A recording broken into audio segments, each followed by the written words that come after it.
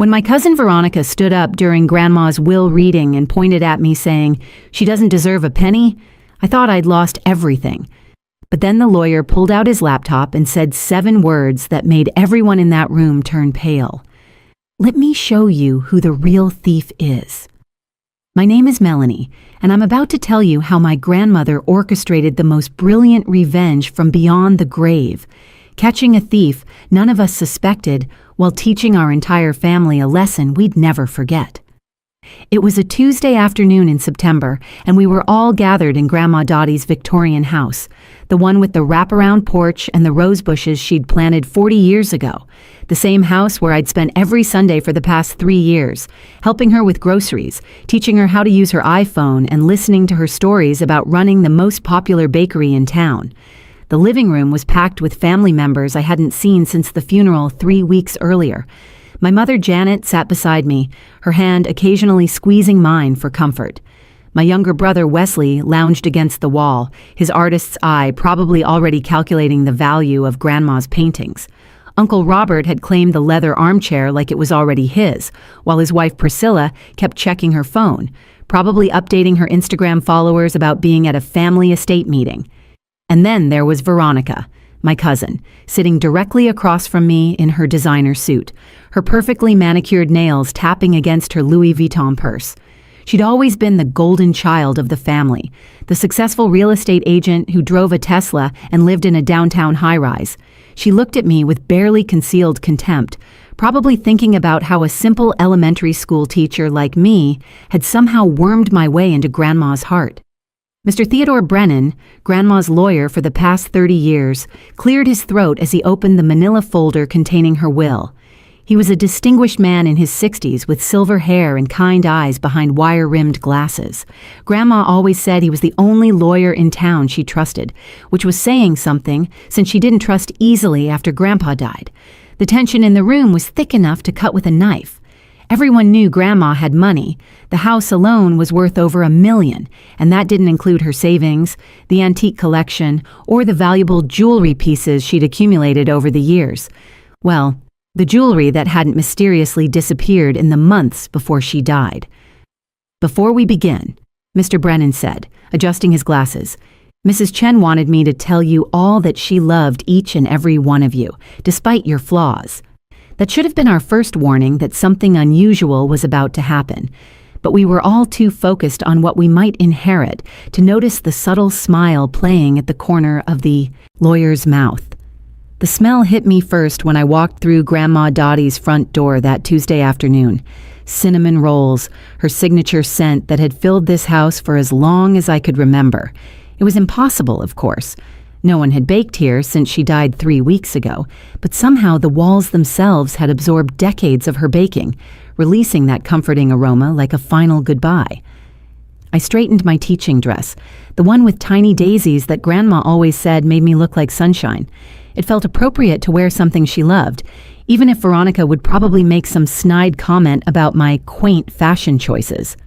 As an elementary school teacher, I didn't make much money, but Grandma never cared about designer labels or fancy cars.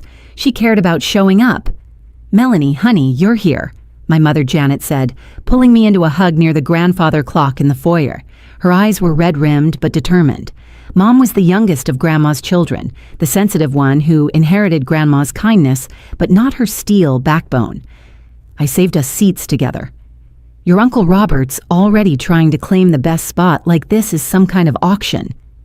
The living room had been rearranged for the occasion.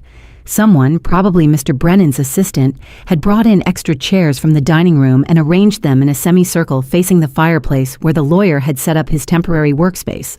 The September sun filtered through the lace curtains, casting patterns on the hardwood floors I'd helped Grandma polish just a month ago. "Look who decided to grace us with her presence." Veronica's voice cut through the room like a scalpel. She was examining her reflection in Grandma's antique mirror, adjusting a pearl necklace that looked suspiciously similar to one from Grandma's collection.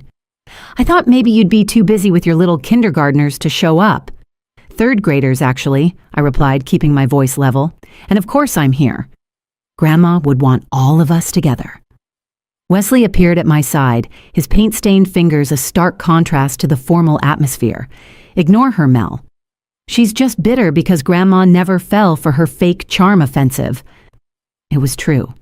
In the last 3 years, after Grandpa passed, I'd been the only grandchild who regularly visited. Every Sunday without fail, I'd drive over with groceries, spend hours helping Grandma navigate the modern world, setting up her tablet, teaching her how to video call, organizing her medications, and simply sitting with her while she told stories about the bakery she and Grandpa had run for 40 years. Veronica visited exactly twice a year, Christmas and Grandma's birthday. She'd sweep in with expensive gifts, stay for precisely 2 hours, and leave with complaints about the drive from downtown. Uncle Robert wasn't much better, showing up occasionally to pressure Grandma about selling the house and moving into a nice assisted living facility that would coincidentally free up her assets. "Everyone, please take your seats," Mr. Brennan announced, pulling out a thick folder and his laptop. "We have quite a bit to cover today." Aunt Priscilla rushed in, apologizing for being late while simultaneously live streaming to her followers. "Sorry, everyone. Traffic was insane. You wouldn't believe how hard it is to get here from the suburbs." She air-kissed Uncle Robert and positioned herself where the light was most flattering. As we settled into our seats, I couldn't help but notice how different the house felt without Grandma in it. The walls were lined with family photos spanning decades. Grandma and Grandpa's wedding, their bakery's grand opening, birthdays, graduations, and holiday gatherings. In recent photos, I appeared more and more frequently, usually helping Grandma with something or sitting beside her at the kitchen table, both of us covered in flour from attempting her famous recipes.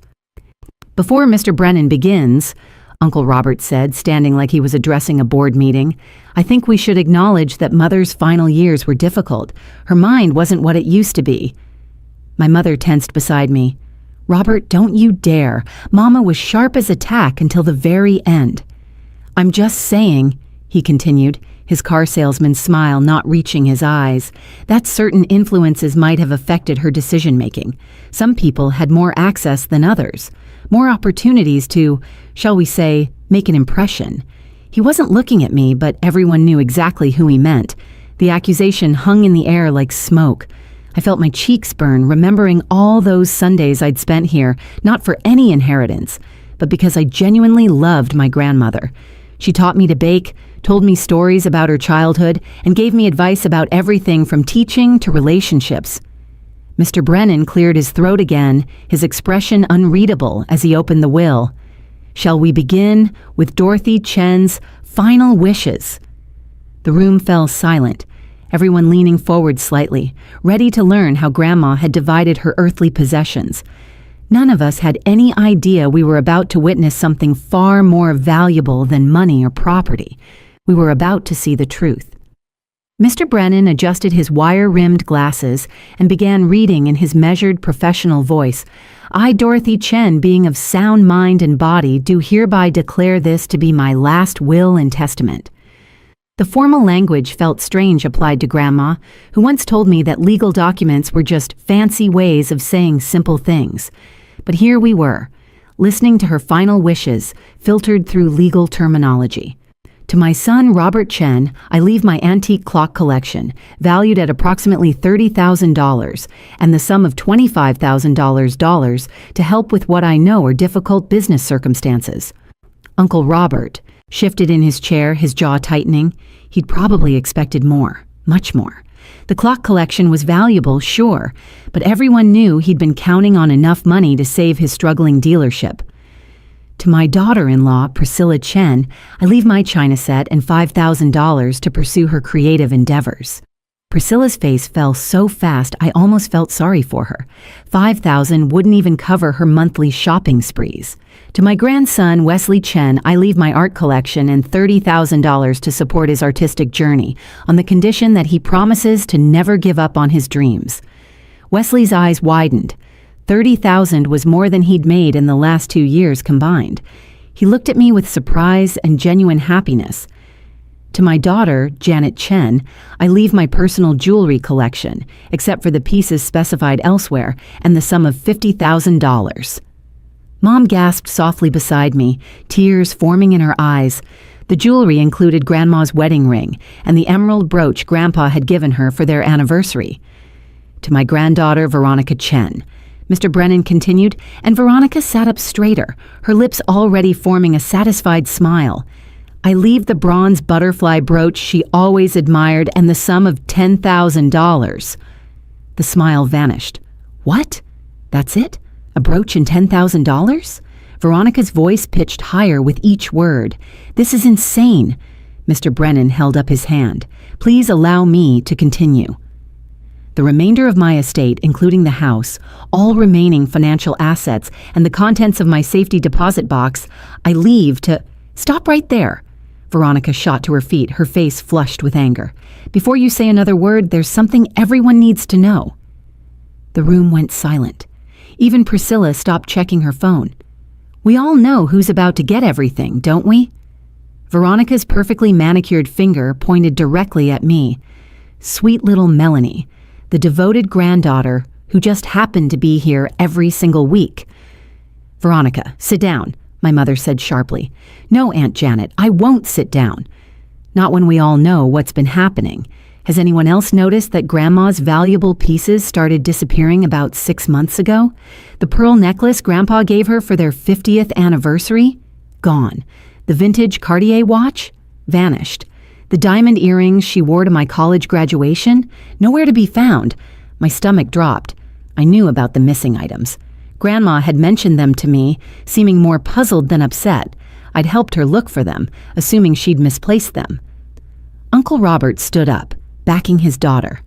"Veronica's right." I've been thinking the same thing, but didn't want to say anything. Melanie was the only one with regular access to the house. She had keys. She knew the alarm code. She was here alone with Mother every Sunday. "You can't be serious," Wesley said, pushing off from the wall.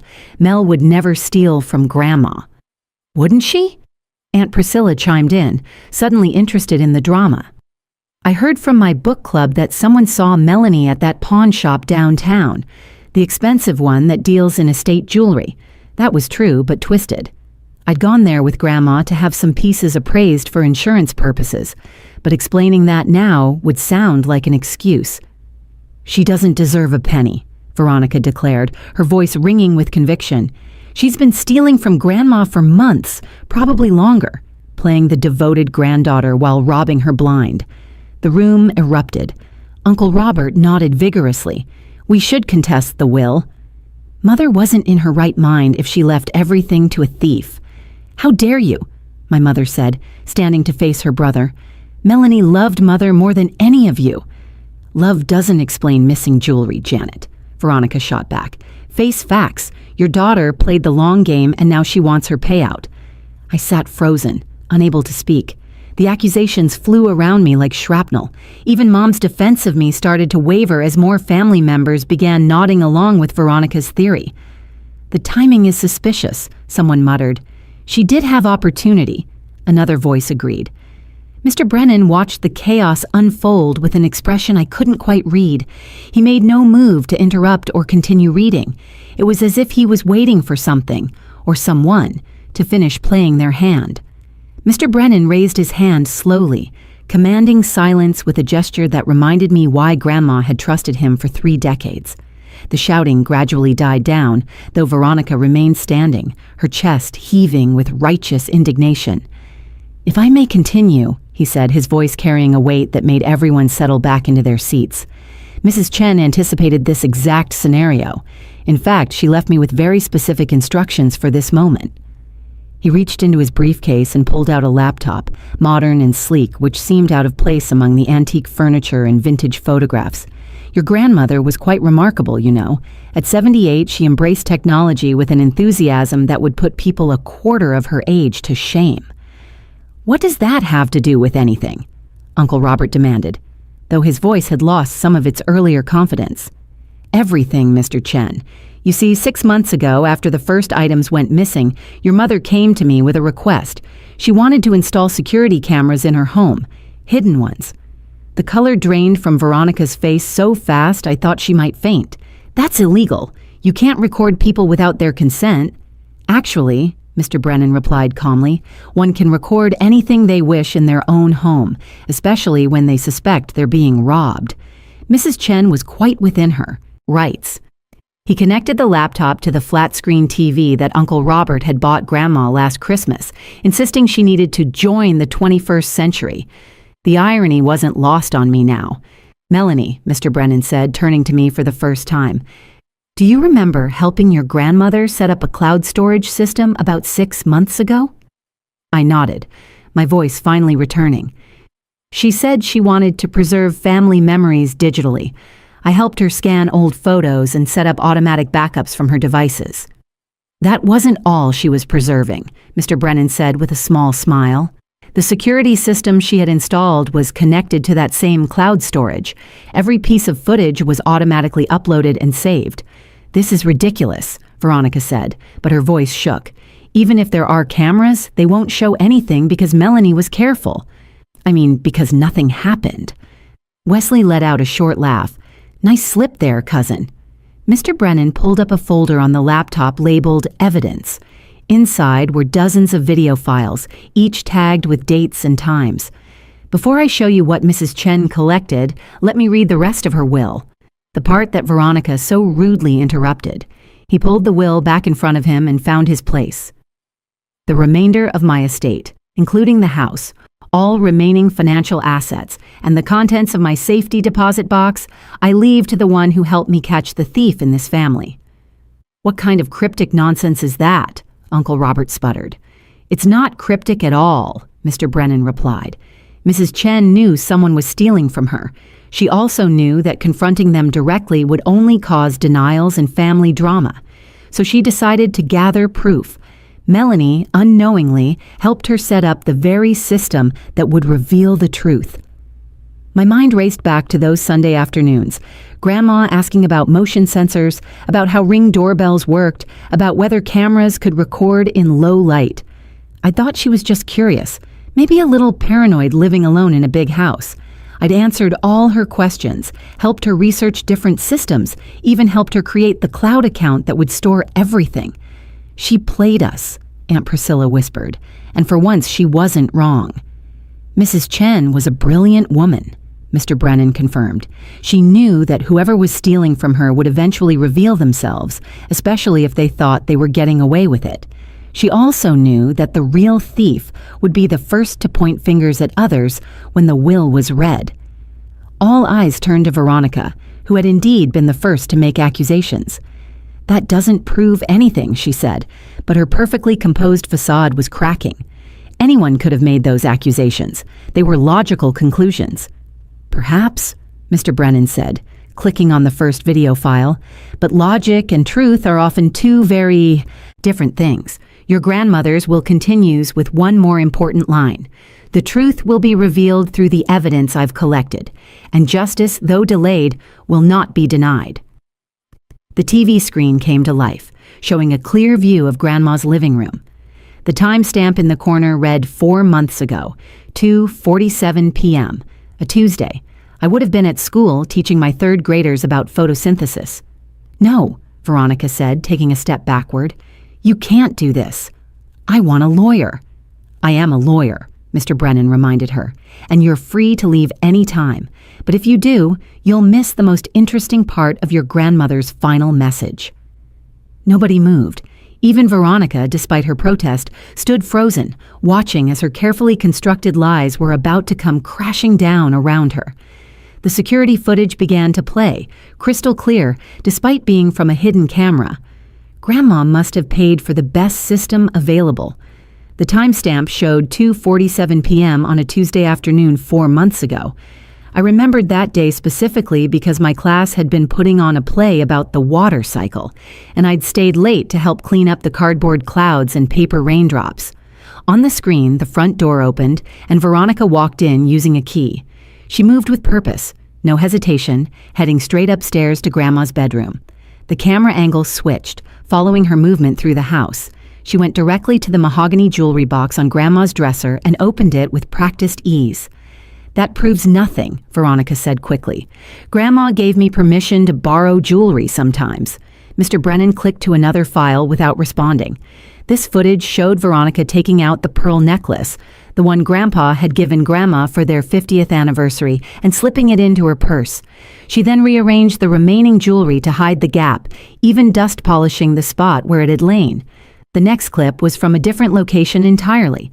A pawn shop downtown, the upscale one that specialized in estate jewelry. Veronica walked in, carrying the same purse, talked to the owner, and pulled out the pearl necklace. The camera caught her accepting cash, counting it, and signing paperwork. "You followed me?" Veronica's voice cracked. "That's stalking." "No," Mr. Brennan said mildly. "Your grandmother simply asked me to verify where her belongings ended up. Pawn shops keep excellent records, by the way. They have to. By law." The room was deathly quiet except for the hum of the laptop. Uncle Robert had sunk back into his chair, his face pale. But Mr. Brennan wasn't done. He clicked on another file, dated 2 months ago. This footage was from Grandma's kitchen. Uncle Robert and Veronica sat at the round table where I'd shared so many cups of tea with Grandma. Their voices came through clearly. "Once we convince everyone it's Melanie, Mom will have to change the will," Uncle Robert said, helping himself to cookies from Grandma's cookie jar. "I already planted the seed with Aunt Priscilla," Veronica replied. "She's been spreading it at her book club. By the time the will is read, everyone will believe Melanie's been stealing." "Good. I need that money for the dealership. I'm 3 months behind on loans. The bank's threatening foreclosure. And I need it for the IRS. They're breathing down my neck about those unreported commissions. I've been hiding cash sales for 2 years. How much did you get for Mom's pearl necklace?" $8,000. The Cartier watch brought in 12. The diamond earrings were worth $15. $35,000, Uncle Robert whistled. "That's good money." "It would be better if we got everything," Veronica said. "The house alone is worth over $1 million. If we can make everyone believe Melanie's a thief, we can contest the will. Say Mom was manipulated. Priscilla's already on board. She thinks Melanie's been suspicious for months." They clinked coffee cups like they were celebrating a business deal. Mr. Brennan paused the video. The silence in the room was suffocating. Aunt Priscilla had covered her mouth with both hands, staring at her husband in horror. My mother gripped my hand so tightly it hurt. Wesley stood frozen against the wall, his artist's eye taking in a different kind of picture than he'd ever imagined. "There's one more video," Mr. Brennan said quietly. "This one was recorded by Mrs. Chen herself, the week before she passed." The screen changed to show Grandma sitting in her favorite wingback chair, the one by the window where she loved to watch the birds. She looked directly at the camera, her eyes sharp and knowing. "If you're watching this, then I'm gone. And the truth has finally come out. I've known for months what Robert and Veronica were doing. I saw them take my things, heard them plan their lies, watched them try to destroy Melanie's reputation." Grandma paused, adjusting her glasses. "Melanie, sweetheart, you helped me more than you know. Not just with the technology, though that was invaluable. You helped me see who in this family actually loved me versus who loved what I could give them. Every Sunday you came here expecting nothing, bringing everything. Your time, your patience, your genuine care." She looked directly into the camera, as if seeing all of us. "Robert, Veronica, I'm disappointed but not surprised. Greed has been eating at you both for years. I forgive you, but forgiveness doesn't mean freedom from consequences. The police have copies of these videos. What happens next depends on whether you return what you stole and make amends." The video continued. "The house, the money, everything goes to Melanie. She knows what to do with it. We talked about her dreams of opening a community center, a place where kids could learn and grow. That's a legacy I can be proud of." Grandma smiled then, that mischievous grin I remembered from when she'd beat everyone at cards. "I may have been old, but I wasn't stupid. And thanks to my brilliant granddaughter teaching me about clouds and cameras, I got to catch the real thieves red-handed. Sometimes the best revenge isn't served cold. Sometimes it's served with video evidence." The video ended with Grandma winking at the camera, and for a moment nobody moved. Then Veronica bolted for the door, but Mr. Brennan's voice stopped her cold. "I wouldn't leave just yet, Miss Chen. As your grandmother mentioned, the police have copies of these videos. Detective Morrison is actually waiting outside. You can either return the stolen items voluntarily, or he'll be happy to escort you to the station." Veronica's designer heels clicked to a stop. She turned around, her face a mask of rage and desperation. "This is entrapment. I'll sue." "Sue who?" Mr. Brennan asked calmly. "Your deceased grandmother for protecting her property? Me for executing her legal will? The police for investigating grand larceny? You stole $35,000 worth of jewelry. That's a felony." Uncle Robert finally found his voice, though it came out as barely a whisper. "Mom knew the whole time?" "She knew from the first theft," Mr. Brennan confirmed. "She came to me immediately, but she wanted to see how far you'd go. More importantly, she wanted to protect Melanie from your false accusations." Aunt Priscilla stood up, moving away from Uncle Robert like he was contagious. "You told me Melanie was stealing. You made me spread those rumors. I trusted you." "You were eager enough to believe it," Wesley said, finding his voice. "Nobody forced you to gossip at your book club." Mr. Brennan pulled out another document. "Mrs. Chen left instructions for restitution. Veronica, you have 30 days to return the full $35,000 plus interest. Uncle Robert, your involvement in the conspiracy means you forfeit your inheritance entirely. The clock collection and $25,000 will be added to Melanie's inheritance." "You can't do that," Uncle Robert shouted. "Actually, I can. There's a morality clause in the will. Any beneficiary convicted of or admitting to crimes against Mrs. Chen forfeits their inheritance. The video clearly shows you conspiring to commit fraud." My mother finally spoke, her voice shaking with anger. "You tried to destroy my daughter's reputation. Your own niece. How could you?" "The dealership was failing," Uncle Robert said weakly. "I was desperate." "So you decided to rob your mother and frame your niece?" Mom stood up, pulling me with her. "You're pathetic."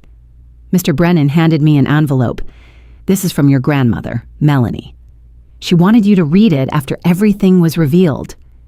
I opened it with trembling hands.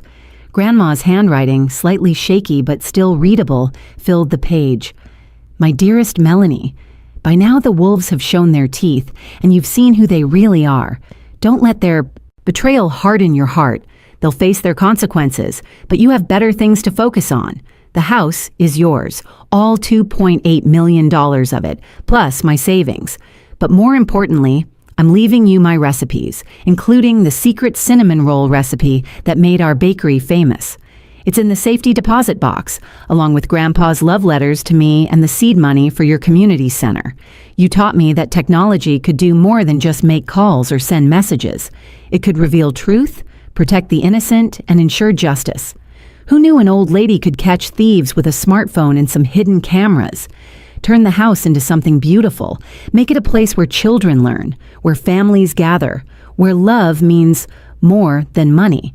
That's a legacy worth leaving. Keep visiting me at the cemetery. Tell me about your students, your life, your dreams. I'll be listening, probably laughing at how Veronica and Robert turned out. Remember, sweetheart, family isn't about blood. It's about who shows up when you need them. You showed up every Sunday, not for an inheritance, but for love. That's why everything is yours. All my love, Grandma Dottie. P.S. Make Veronica work for her forgiveness. Maybe volunteer at your community center. Manual labor might teach her what real value means. 6 months later, I stood in the transformed Victorian house. The living room where the will was read had become a reading corner for kids. The kitchen where Uncle Robert and Veronica planned their scheme was now a teaching kitchen where I taught Grandma's recipes to anyone who wanted to learn. The smell of cinnamon rolls filled the air every Thursday. Veronica worked off her debt doing community service at the center. She'd lost her real estate license after the IRS investigation and now worked at the very pawn shop where she'd sold Grandma's jewelry. Uncle Robert's dealership went under, but he found work as a mechanic, honest work for the first time in years. He hasn't spoken to me since the will reading. Wesley painted a mural of Grandma on the side of the house, depicting her with angel wings and a mischievous smile, holding a video camera. Mom helps me run the center, teaching kids art and music. Every Thursday afternoon, I visit Grandma's grave with fresh cinnamon rolls. I tell her about the children we're helping, the families we're feeding, the community we're building. Sometimes I swear I can hear her laughing, especially when I mention that Detective Morrison asked Veronica out on a date, not knowing her history. Grandma always said the truth has a way of surfacing. I tell people who ask about the inheritance. She also said that karma had a sense of humor. Turns out she was right about both. She didn't just leave me money and property, she left me the truth, protected my reputation, and showed me who really deserved to be called family. That was worth more than any inheritance. The last thing Grandma ever said to me was, "Technology is wonderful, dear, but wisdom is better. Use both, and you'll never be fooled." I thought she was talking about computers. Turns out she was talking about life.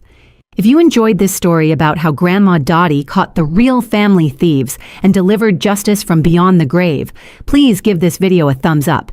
It really helps other people discover these incredible true stories of family drama and ultimate redemption. What would you have done in Melanie's situation? Would you have suspected your own family members? Drop a comment below and share your thoughts or your own family inheritance stories. I read every single comment and heart the best ones. And if you want more shocking family revelations and stories about justice being served when least expected, hit that subscribe button and ring the notification bell. I upload new stories every week that will leave you speechless and restore your faith in karma. Until next time, remember, sometimes the best inheritance isn't money, it's truth.